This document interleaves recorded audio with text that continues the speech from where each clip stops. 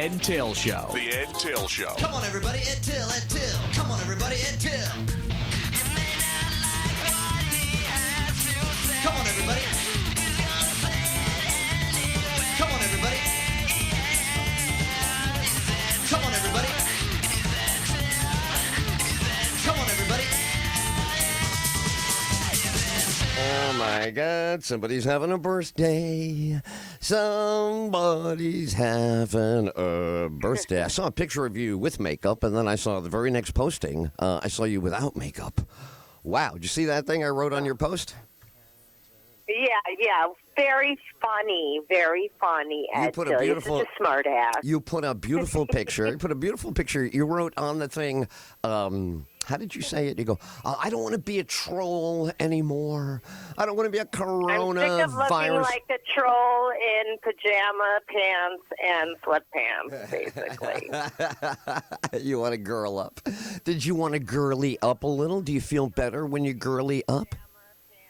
Yeah, and I girlied up today because my husband more than likely will take birthday pictures, and I didn't want to look like a troll again today. Oh, my God, just in case he was taking birthday pictures. You know, the world used to take pictures on a birthday, and it was like a big deal. Now the world takes pictures every 2 seconds. Question.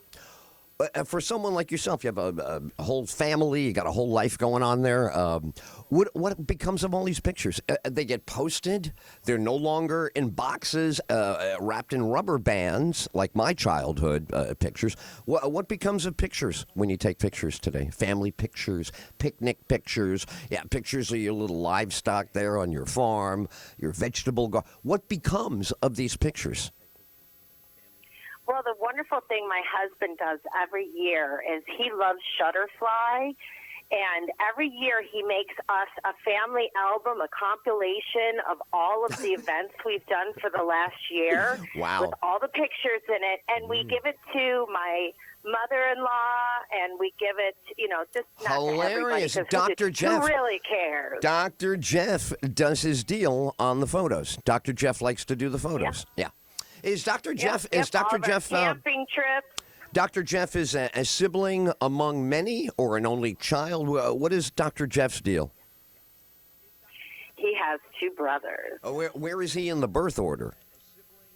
He is the baby. There you go. I knew he was first or baby because he's doing photo collections on the one hand, and he saves human lives on the other as a doctor.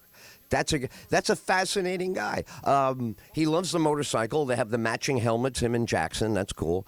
What else does he do? What does he say and like to do when he's going out on his own? My dad used to say, I'm going for a walk to see my sister Bernice. And that meant 3-4 hours we're not going to see my dad. But, we knew where he was walking. He would tell you stories when he came back. It was what does your husband do? Does he go fishing? Does he go kayaking? What does he do if he goes alone? Well, sometimes he rides on the motorcycle, nice. And then sometimes he'll take the boat out on the lake and chill out there with the dogs. That's it. That is the best. Chilling on a lake in the mountains I did in upstate New York. I used to visit a guy who took care of a preserve, beautiful nature preserve, sprawling up against, you're going to love this, sprawling up against Mount Beacon, which is Beacon, New York, which is called Mount Beacon because George Washington used it as a beacon to connect with his troops and hide out when he was losing. When Washington was getting his ass kicked in the American Revolution, he races up to where I was based for a while with my network, and the mountains, everything was perfect for George. Everything was stacked against the British. They didn't know. Now, you had to watch out for the Indians, but George was good with them. George was not slaughtering and, genociding around. But man alive, there is some real American history. Like, hide, they're coming. And then the big beacon that now today is, everybody, oh, Mount Beacon, oh, wow, oh, I saw it, I sailed. And on the boat is how you do all this, on the Hudson River in the Hudson Valley. Wow, love a boat, love being on a lake, love the stillness of it. Oof. Now, when you were a kid, you guys did that? No, I grew up on a farm, so when I was a kid, I spent most of my time on my horses. I was riding all the time, 12 hours a day. You love to say you're from a farm. That's like your favorite thing to say. We get that twice a day. I love that you love that. Most people anymore are not born on a farm.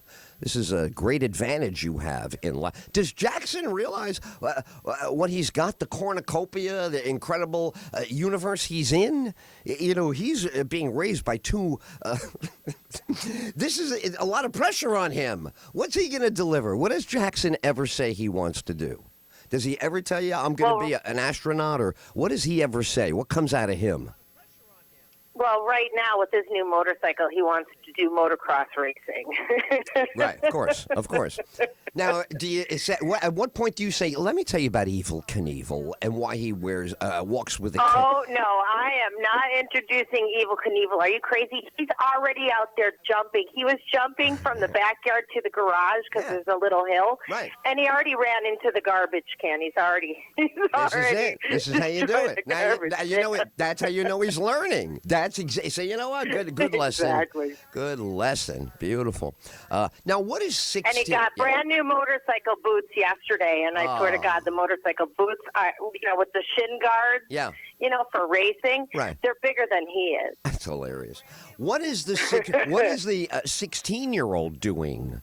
16. When I was 16, besides being a pain in my ass. Right. That's his life. His life is to annoy you. Yeah. He has been such a pain in the ass. Right. He's like, his sleep schedule's off. He's up at 2 o'clock in the morning yelling at the computer. You're raising an Ed Tyll. That was my parents were asleep 11:05. Like it was. My dad starts heading to bed 10:30. You could finish watching this TV show. The bailout in my household was terrible, and I wanted to be in the Rat Pack when I was a kid. I wanted to start up about 3 in the afternoon, have a bite to eat, get some cocktails going, look for the action. So 2 in the morning was my favorite time. They are so sound asleep. Dude, I got the TV, I got the fridge. The only thing you didn't have when I was a kid was the phone. You couldn't get a hold of your friends. But I used to watch so many Knick games. Oh, my God. Yankee games when they were on the West Coast. Oh, it was the best when your parents are asleep. Now, some people, my friends had parents who woke up easily.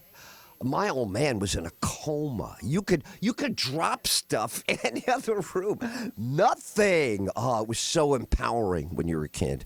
Like you're like, man, I can get up in that closet now. Now I'm climbing up in that closet. He has no idea. He left me. I only got babysat by my dad like 3 times in my whole childhood. My mom was always around. Like she says to me, I can't leave you alone with your father. So she did on a day that she had shopping and a thing at school. She had to do shopping, swing around, going to be gone about 3 hours. She says to him, Edward's had it. I've had everything. There's nothing to do. He's eating everything. Just keep an eye on him, she says. He's out like a light. He's out like a light. Within 5, goes right to the couch. I know this guy. I'm like, yeah, Dad. I know how to set the tone for him. Yeah, Dad. No, nothing. Yes, okay, cool. If you do that, he thinks you're going to do nothing now. He's in Snorerland. And as soon as I heard my dad going, that was it. That was the signal. The alarm was set for me. I could do whatever I want. That was great. So that's hilarious. You're a 16-year-old now.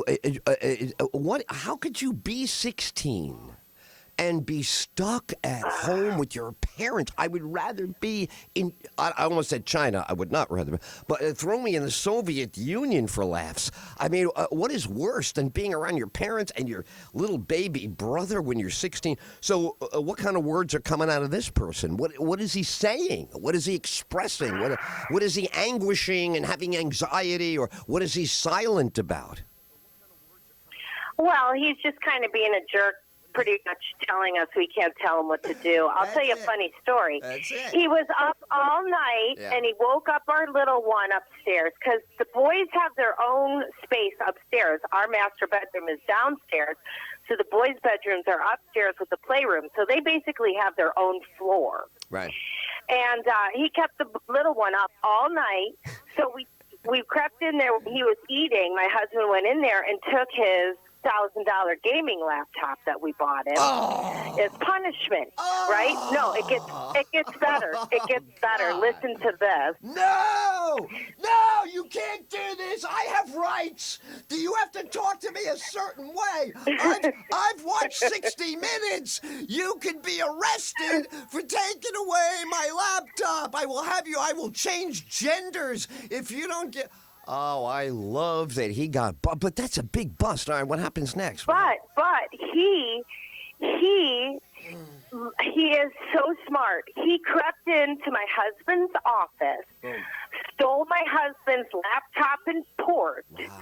So basically, my husband had to change laptops to get his back. Wow. Now, my so father, he got my his father, back, and my husband got his. Yeah, I was going to say, my father would have to be sedated if I did something. They would call in the authorities because if I bamboozled him and touched his stuff and went into his area where his stuff is. I mean, you could be dismembered in my household. My father might cut my head off and stick it on a pike in the kitchen in case my mom thinks about getting pregnant again. Don't get pregnant again. This is what can happen to your dumb kid. Wow. Wow. Is it an Alienware gamer laptop? I learned yesterday about gamer laptops. You probably know all about it. Gamer laptops are expensive because they're full of CPU power, computing power. Yeah. How do you know that? We bought him all I know is it's $1,000 computer, and my husband researched it, so it's got to be the best. Of course.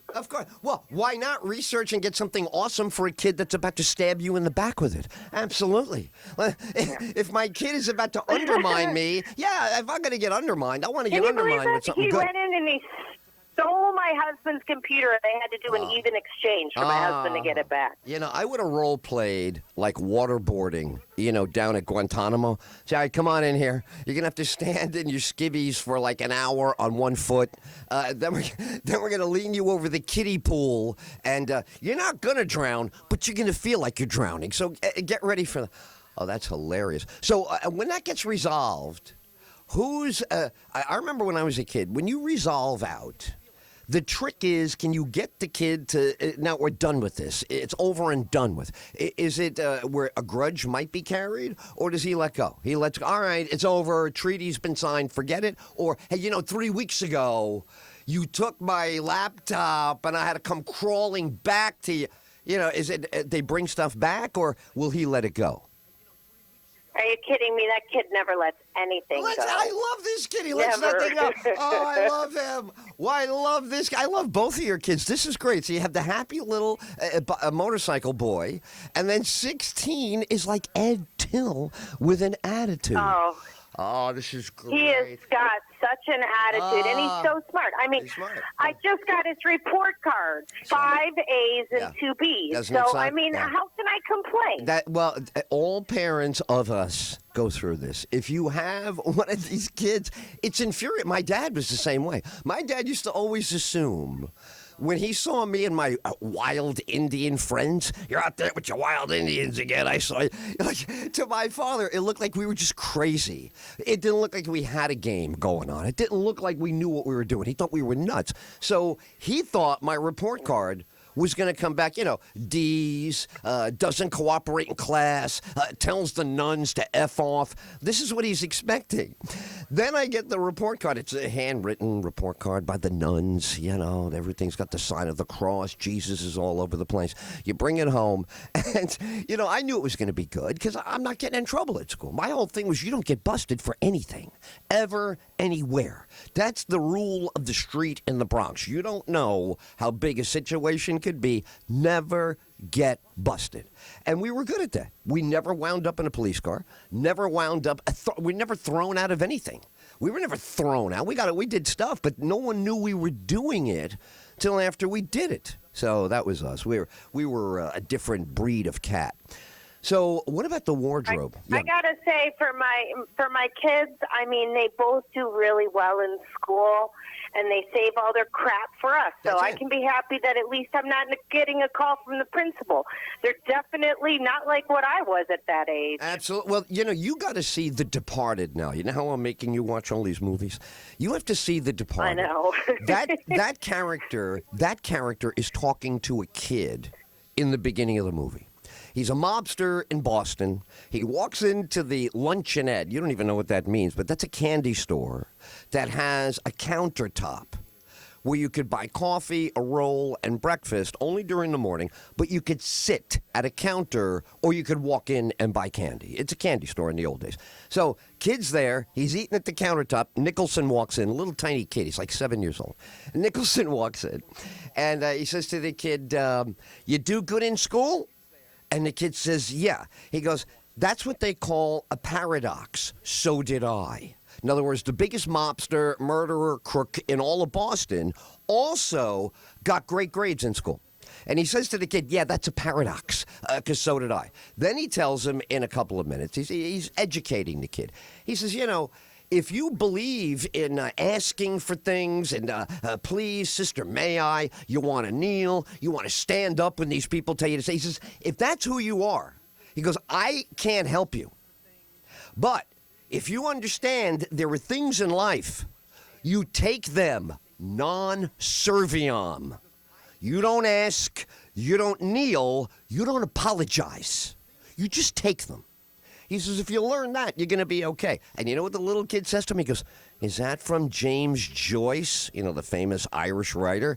And he goes, very good, Colin. So he's saying, the movie is telling a very interesting story. Brilliant kid, brilliant guy. And then he says to him, this is beautiful that we're talking about this. I love talking about kids and families. So much better than talking about crap in the news. Would you like to borrow mine for the next month? I'll be the single person at home, and you can have my family. Let's switch. My friends all say the same thing. Would you like to rent them? I have a great time when I visit because I'm the visitor. I don't have to know what goes on. I don't know anything. I come, I have a good time with kids. We laugh, rock and roll, games, football, and I am out of there. I am adios in the dust. Mom and Dad have to diaper all that up or whatever's going on psychologically. Yep, I should rent them. You know what I should do? It'd be a break for everybody. The kids have a big ball, and then you hand them back, and they're in a better frame of mind. But there you go. They'd love their Uncle Tyll. Yeah. My 6-year-old would talk your ear off. That's it. I was like that, too. Anytime I got around a grown-up, I thought it was perfectly okay to just talk and talk and talk. My uncle Louis would take me. Like, all my uncles knew that I love to go places. So they'd say, Tina, we're going blah, blah, blah. You think Edward wants to go? And she would say, Edward, your uncle, I'll go. I didn't care what it was. Uncle Louie's calling. I'll go. I'll go. And my dad was like, go ahead, let him go. My dad's probably like, I'm finally going to bang his mother. I don't know when they had sex. I was always around. Whatever. They always let me go with my uncles. And I would love being in my uncle's car because you'd sit there, you're a squirt. Your uncle's a big guy, and it's anything at all. Hey, Uncle Louie, what about the Yankees? You think they should trade? What about the new stadium? What about and you just bang it away. And of course, you're the nephew. You just got in the beginning. It's interesting. Really, what do you think of Joe Pepitone? Yeah, they try to throw you a bone. And they don't know that that's the worst thing they could do. Because now you think, they're into it. I'll come up with more. So I love chewing their ear off. And I think they used me for company. I do think they used me. If it was a long drive out to the airport, a long drive out to Jones Beach, they were using me to keep keep it interesting, and I was very adaptable. If I was told we were going somewhere to do something, I would get all into, we're going to the airport. Wow, that's interesting. The planes and the guy. Right away, I would go all in. Very exciting. I thought life, when we were kids, I thought, when I was Jackson's age up to, so what is 16's first name? His name is Zachary. So it's Jack and Zach. So it's I Zach can never keep them straight. Zach and Jack. That's great. So that's like Heckle and Jekyll. That's great. You have Zach and Jack. Oh, that's pretty good. Yep. Heckle and Jekyll were good when I was a kid. The two magpies. They were always chattering. Well, I don't know. Our childhood, I'm told by others, we had a rough childhood.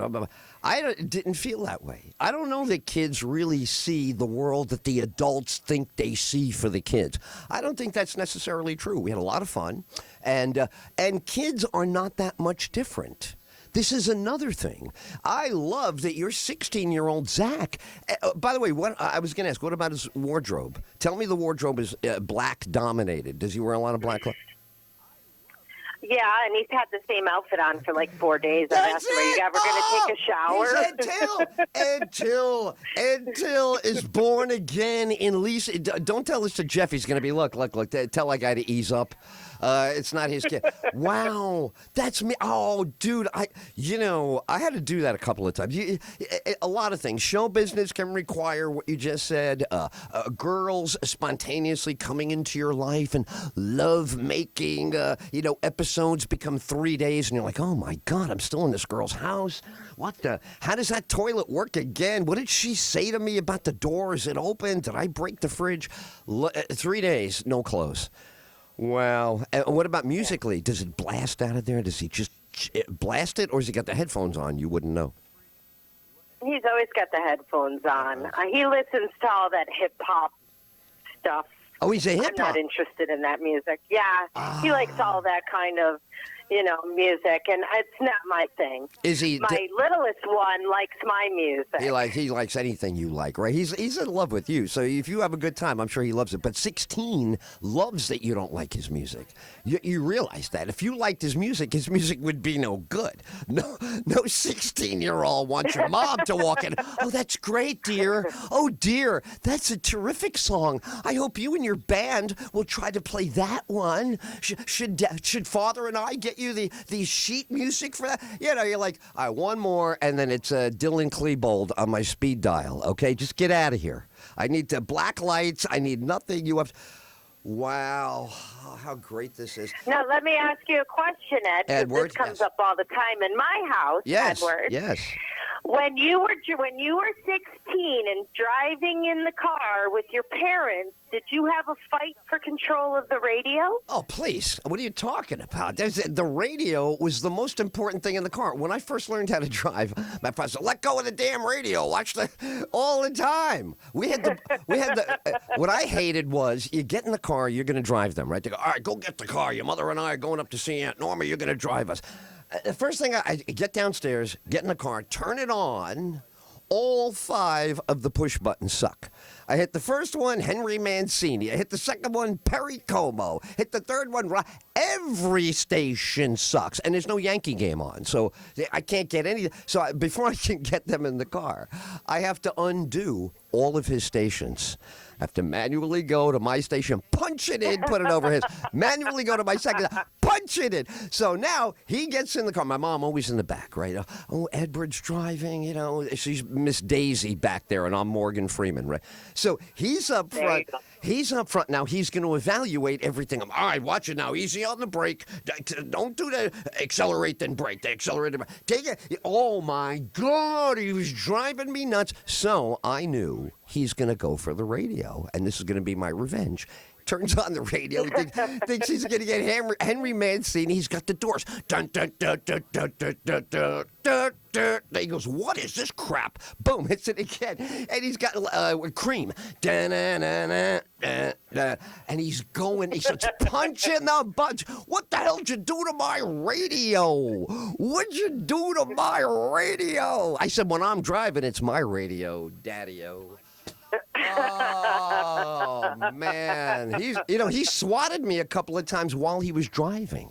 When I was little and I had an outburst in the back seat, I got corporal punishment while the car was moving. He was accurate in striking me from behind him and staying on the Hutchinson River Parkway at the same time at the speed limit. He didn't even lose his speed. Oh, God. I got to say, I'm good at that, too. I'm pretty good, pretty accurate at giving a swat without even turning my head to the back seat. Do they tear up? Will the little guy lose it and be sad or sorry? Is there any tears in their world anymore, or are we past all that? Are you kidding me? He is such a tough kid. The only time that he has ever cried is when I given him a real big spanking for something really bad. Nice. And God he'll bless cry. you. But God bless you. That's always my last resort. No, it's not easy. It's not sometimes easy. You just got to give him a good swat on the butt. You do, and it's not easy. You do. Everybody thinks everybody who does that is, Genghis Khan. Everybody knows. I learned this in the Bronx. If you want your kid to not get run over on the main street, you're gonna have to spank him. Yeah, you never ever physically discipline a kid. Then the first time they go over the line could be in my neighborhood. That could be it. If you're 7 years old and a bus hits you in my neighborhood, it's going to be goodbye. There's not going to be any he made it later. It was a very rough commercial thoroughfare. Traffic is going 35 miles an hour, and it's allowed to. It's commercial. It's the Bronx. We're trying to, move it. So you grow up there. I got whacked the first time for exactly that. And what did she use, a wooden spoon? It was my dad, and he didn't use spoon. I mean, first time I got whacked by my dad, took me off the ground, because what I did was, it was a mortal sin. I went into the street to avoid getting tagged during a game of tag. The boundary is you can't go in the street. You can't go in the street no matter what. But I used it right in front of him. I mean, it was ridiculous. As soon as I did it, I said, oh, my God, he's going to go nuts. And he did. He came right off the chair, grabbed me, told the kids, he's done. Like, kids scatter. The game has to go down the other end of the street. Takes me by the belt loops in the back, holding me up in the air, whacking the crap out of the same spot. He was very accurate with his spanking. He was like, yeah, and when I was done, man, oh, God, it was like you knew you had been to jail. You felt it was. I was like a washed out dishcloth after. Oh, and then my mom would make the first approach. Well, your father's told you many times. Your father cares. Like, it's the whole speech now that we love you is why we beat you. My mom had to go to my dad. My dad's not going to explain that. He'll figure it out. He knows he went in the street. You don't have to say anything. Believe he'll be all right. Don't give him anything. My dad was like, just let the scab heal, fall off, move on. But my mom was always like, your father. I'd be sitting there I had to sit there and go along with everything. Yeah, I know, I get it. Yeah, no, I was bad. But, at the moment, when you're in that street, you're like, oh, my God, what am I doing? And it's the same thing when you're doing 90, right. When you're getting pulled over and you're doing 90. I got pulled over doing 90 about 6 months ago. I haven't done 90 in about 25 years, but because the station's 80 miles away from my place, I'm coming home doing 90, and a cop pulls me over. A cop that pulled me over, I'd be 24 years old. And as he's talking to me, he says, I said, I'll get my register. I had my hands on the wheel. It was nighttime. He's got the flashlight. I'm behaving. I don't want the kid to get upset. And I said, I can get you my registration. And he says, no, I'll see it through your license. I said, thanks. I said, by the way, I'm so sorry about this. I said, you shouldn't be chasing an idiot like me for doing this when you got people to protect. He goes, thank you for saying that, sir. Then when he came back, he says, I'm writing you for 79 when I should be writing you for 93. He goes, so don't go and protest it. Don't say anything. Just go along with the 79. He goes, and don't do this again. I said, I'm not going to do it again. It's very childish. I said, do this one. He goes, a little bit. He goes, I'm a little bit surprised. I said, a 24-year-old kid is scolding me. And he's right. What is wrong with you? Aren't you old enough? It's not you doing 90. What if somebody doesn't see you and they go in front of you and you're doing 90? If they go in front of you, you're doing 60. Maybe you guys will live. You're not going to live at 90. And that you might take somebody Or out. if you hit a deer, you might hit a deer. Where my You studio? hit a deer at 90 and you're done. I told you about Beacon, right? When I was up right near, I was in Wappingers Falls, the next town over from Beacon. And Wappingers Falls, yeah. thank you. Oh, nice. Wappingers. Very nice. There, you hit deers are hit all the time. My friend Pat hit three deer in 2 seasons. It was crazy. Listen, that's been going on forever. The deer used to run in front of the horse and buggy. What are you going to... If you're going to arrange the world because of where an animal walks, you're going to be in trouble. You're going to have to accept it. We're trying to figure out how to share it. Many a human have gone into the animal digestive tract. Okay, it's not like we haven't made any sacrifices to be here. We're just figuring it out. All right, this is a great... I never hit a deer, but we've hit my cousins and I hit a horse once. Oh, my... Oh, you didn't see the horse, or it galloped so quickly in front of you? Well, we were in her new Trans Am with the T-tops down, drinking beer. That's wild. On the country Who's road. going to be surprised? No, you in a Trans Am.